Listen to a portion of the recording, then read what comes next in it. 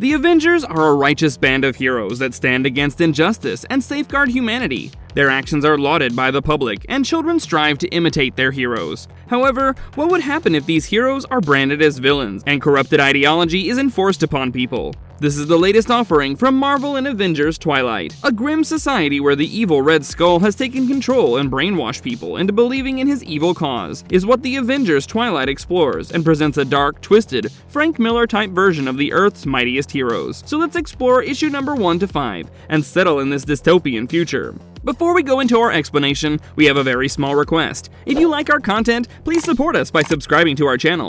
This is a small click for you, but for us it means a lot. Thank you. Let's begin.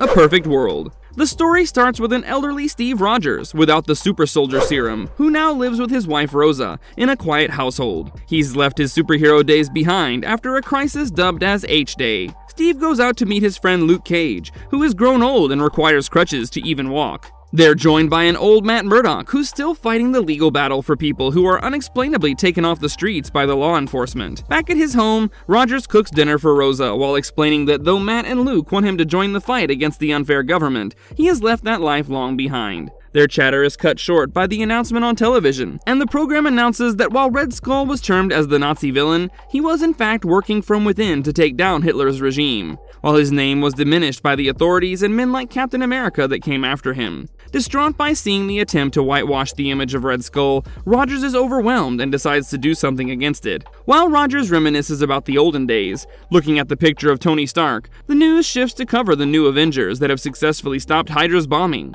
We are then introduced to James Stark, son of Tony Stark, and Janet Van Dyne, who wakes up in his mansion and is greeted by Jarvis with a cup of coffee. However, this Jarvis is not the butler of Tony Stark, but his brother Kyle, who raised James after his parents died in H-Day. Vowed to present his truth to the public, Rogers decides to go to a talk show where he's joined by James. The show starts with Rogers clarifying that Red Skull was a monster who hurt lots of innocent people, and this report is disrespecting the legacy of those heroes. James snarkily remarks that the actions of those so-called heroes brought H-Day that took many innocent lives and opened the world's eyes to the consequences of superheroes. He continues that the world is not black and white, as these heroes painted, and his ideals are trampling free speech. Rogers gets overwhelmed by these remarks and leaves the studio. Haunted by the horrors of H-Day, he remembers that dreadful day as all superhero identities were compromised as supervillains enhanced by Ultron attacked the city. It was that dreadful day that he saw Spider-Man being trampled by rubble, and he asked Roger to save his Aunt May with his dying breath. Overwhelmed with the memories of yesteryear,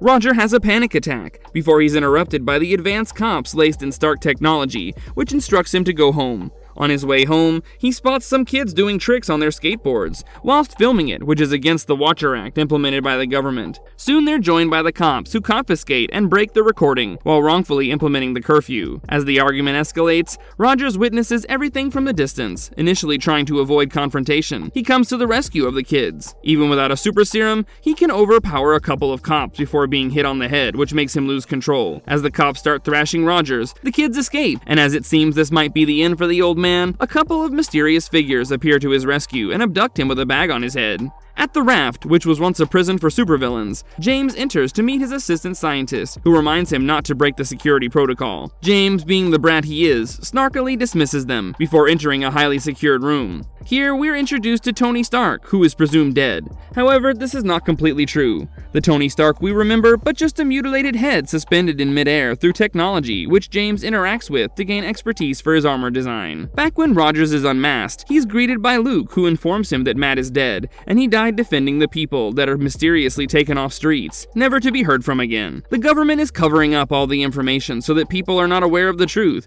and they need his help to unmask it. Rogers replies that he's no longer what he used to be. He's then introduced to the re-engineered super soldier serum these defenders have worked on, but they cannot find any success with live samples since the formula is uniquely bonded to Rogers. Rogers is faced with a terrible choice, to either turn a blind eye and live his quiet life, or take the serum and become Captain America once more. He chooses to don the suit one more time and assemble the Avengers. In the next issue, Rogers, the OG Captain America, goes on the street to save the helpless who are being tortured by the police and bring them back to their hideout. Public chatter grows around the appearance of the OG, while Rogers and Defenders discuss their plan to sabotage New Year coverage on Times Square. They plan to bring Rogers on screen and inform the public about the evil regime of the government. Rogers then goes to confront Rosa, who has also been relocated to the hideout. Betrayed by his discussion, Rosa slaps Rogers and condemns him for ruining their life. Still, she decides to help the people in the hideout, as it is her duty. In the Oval Office, the president inquires about the rumors of OG Captain America on the streets. James and Jarvis confirm it is indeed Rogers, and they plan to take him out using the Thunderbolts. The president is not on board with the decision of sending Thunderbolts on American soil, but is quickly put in place by Jarvis.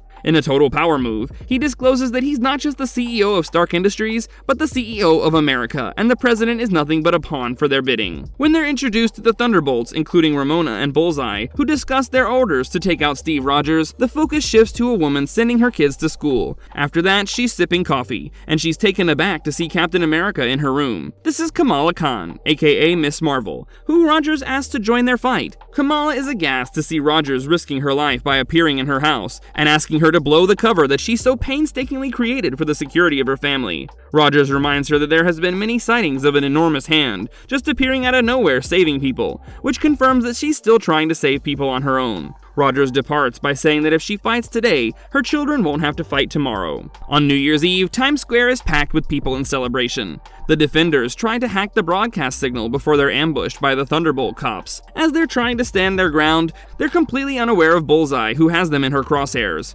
Rogers joins the fight, and they successfully hack the broadcast. Rogers addresses the crowd about the lies that the government has been planting in their heads. They're delusioned with their breach of privacy and freedom that has been stolen from them. The Thunderbolts try to catch Rogers and the Defenders, but they escape on motorbikes. Jarvis, after being told about the broadcast, doesn't try to stop it due to his ulterior motive. He then contacts James at Raft. James informs him that he has successfully designed the advanced model of armor, but Jarvis motivates him to build a suit for himself and to live the legacy left by Tony and Janet. As the call disconnects, we see Jarvis talking to someone about how he lost control. We get flashbacks to H-Day, when Jarvis is seen going through the rubble. We see the deceased Doctor Strange, and we see that Jarvis is in fact Red Skull, who saved Ultron on the day of H-Day, and has since preserved him to aid in his mission. Red Skull and Ultron have been in cahoots since H-Day, and afterward, Red Skull promised Ultron that after he's gained total domination, he plans to leave the world behind for the technology to rule. Back at the hideout, one of the Defenders, Tyler, informs that Captain America's speech garnered more hate than support for their cause. Rogers, disheartened from this information, blames himself for being urged by Luke to find his footing and stand his ground. The Defenders then hurtle back and plan to liberate Tony Stark from captivity. In the next issue, the Thunderbolts are given a stern treatment from their handler, especially for Bullseye, who failed to take out Steve Rogers. Bullseye replies that she doesn't shoot unarmed civilians, which showcases her moral compass, which is rare to find in this dystopian world. Back at the hideout, Rogers instructs Tyler to send out a homing signal and gets more information about the Raft, but Tyler isn't letting Rogers go on his own and decides to tag along with him. At the Raft, James has created a new suit, which he claims is better than Iron Man's. He talks to his father about how his parents' incessant need to play the heroes destroy their family, but he's smarter than them and will save the world. Tyler and Rogers arrive at the Raft using an old Quinjet that they stored at a secret location after H-Day. Rogers sneakily makes his way to the chamber where Tony Stark is kept. As he's talking to him, Bullseye has Rogers in her crosshair through a vent. James enters the room and is less than delighted to see Rogers standing there. But before he can call the Avengers to take him, Bullseye shoots an arrow at James and leads Rogers out of the facility with Tony, before making a quick stop and retrieving his iconic shield. As they're about to reach the Quinjet, James appears in his new suit and blasts them while blowing up the Quinjet, before Rogers saves Tyler at the last minute. A fearsome battle begins between James and Rogers. James crashes the raft, severely damaging the structure to the point it starts sinking. Rogers and James go toe-to-toe with no one backing away from the confrontation. Rogers is heartbroken to fight the kid of his friend, but brushes aside the feelings to serve his duty. They argue about their ideologies of how the world is supposed to be. The raft starts sinking, and people grasp for air in the near-freezing water of the East River before Ms. Marvel appears and carries them all to security, with the rest of the Defenders on the boats. While people and the raft guards are saved, the battle between Rogers and James continues. Just as it seems that James has won, an enormous bolt of lightning hits James and announces the arrival of the God of Thunder, Thor. The next issue starts with the Air Force bound toward the raft while the Defenders try to save the injured and Rogers neutralizes James. Thor takes to the skies and ejects the pilots before obliterating their planes. James retreats to safety, while the newly formed Avengers take everyone back to safety, including the prison guards. The Avengers regroup and Thor apologizes for not visiting Earth after H-Day, before his lightning brings Tony's consciousness back. A startled Tony Stark informs that Red Skull has taken the pretense of Jarvis' brother and is running the country from the shadows. He has raised James, fostering his mind with false ideals. In the mansion, James is distraught after his loss to the Avengers and vows to make an even better suit. He's joined by Jarvis, who explains to him that he is Red Skull, who has devoted his life for this country, and he wants James to know this before they corrupt his mind against the very foundation of their relationship. Rogers, still getting used to his strength, is practicing with his shield when he's joined by Tony in a new mechanical body thanks to Tyler. They both reminisce about their old days and the loss of their loved ones. Tony states that he doesn't remember much after H-Day. He wanted to leave with Janet and James, but was ambushed. He doesn't even remember if Janet is alive. Steve promises to find her. Tony reveals that he has been doing some research and found that the new Avengers are the biggest obstacle they need to clear. So the Avengers, with the likes of Tony Stark, Steve Rogers, Kamala Khan, Thor, and Bullseye, enter the Avengers mansion, while the new Avengers are off on a mission. There they find that there are no Avengers, but some holograms that Red Skull uses to manipulate the world. The Red Skull appears on the screen and greets the Avengers. He states that he has fostered America with years of misinformation, and now they are addicted to living his lie and not the truth. He captures them in a mansion before Thor breaks out using Mjolnir. As the Avengers are vacating the mansion, Tony stops to access Skull's local files. A huge explosion takes place and thrashes the building, while an even bigger explosion happens inside Tony's mind when he finds out that the Skull has taken the command of the military. The Avengers rush to save the president, while Red Skull dons his newly made armor using Stark technology. The newly made armor, free of any malware or AI issues, designed by Ultron, is the ultimate weapon of Skull that he plans to use against the Avengers. Ultron realizes that Red Skull has been using him for his motives and doesn't intend to free him. Red Skull obliterates Ultron before leaving to take on the Avengers. The White House falls as Thunderbolts have taken command of the Oval Office and the imprisonment of the president. Iron Man rushes to save the president. However, Red Skull reaches there before him and kills the president. Iron Man and Red Skull confront each other and take to the skies. James is also inbound with his Legion of Armor. The Avengers reach the White House and fend off the cops. Thor summons the lightning, while Kamala swats dozens of soldiers with her giant fist. Captain America reaches the scene and joins the fight. Iron Man and Skull fire off their blasters, while Skull orders his henchmen to take out the Defenders' hideout. Skull fires missiles on the Avengers and forces Iron Man to take care of it. Hearing that the president is dead, Bullseye remarks that the vice president will be the next target. Skull reaches the compound and blasts Thor, throwing him off for miles.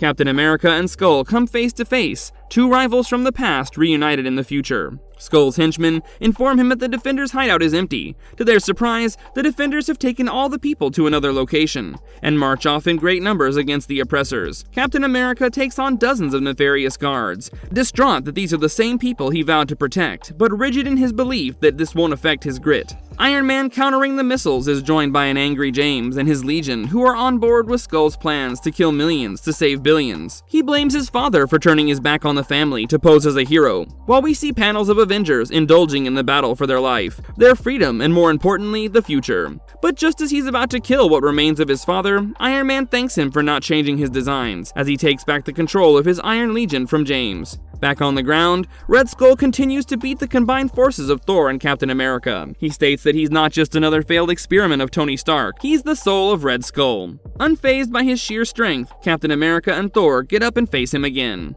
In the skies, Tony sends James drones to counteract the missiles. Enraged, James throws him through the Washington Monument. James goes out of control and thrashes his father while Tony refuses to hit him back, as if punishing him for not being with the kid when he needed him the most. James states that Red Skull could have achieved his goal with minimal casualties, but now he's going to drop a nuclear strike. Unable to move, Tony relays the message to Thor and Captain. Thor takes to the skies to stop the nuclear missile. Meanwhile, Tyler has been broadcasting all the happenings to the nation. Luke Cage, weary in strength but high on spirit, decides to join the fight. Captain America and Red Skull come face to face. Skull remarks that this is not some impetuous plan, but a mission planned for a millennia. That America has been safer than ever since H-Day. We see a huge cloud of dust as Thor lays on the ground after the impact from the nuke, his Mjolnir resting by his side. Red Skull adds that H-Day wasn't dubbed H-Day because of the heroes that died. It was because of the Hulk. The last panel is an enraged Hulk, with some possible influence due to technology. Marvelous verdict. This comic is in fact what Frank Miller's idea of Avengers would be. The grim storyline of the comic is starkly different from the neon-bathed environment it takes place in. The effect H-Day had on our heroes portrays the consequences of losing a battle, which is different from the conventional hero save the day storyline. The artwork is dynamic and really adds to the melancholic nature of the story. The dystopian nature of a son keeping his father in a vat really describes the moral compass of this society. It will be interesting to see how the story progresses, if the Avengers can defeat Red Skull, and more importantly, if they can convince the people of America to believe the truth. If you liked our content, don't forget to leave a like and subscribe if you haven't already. Have a good one and be safe. Thanks everyone.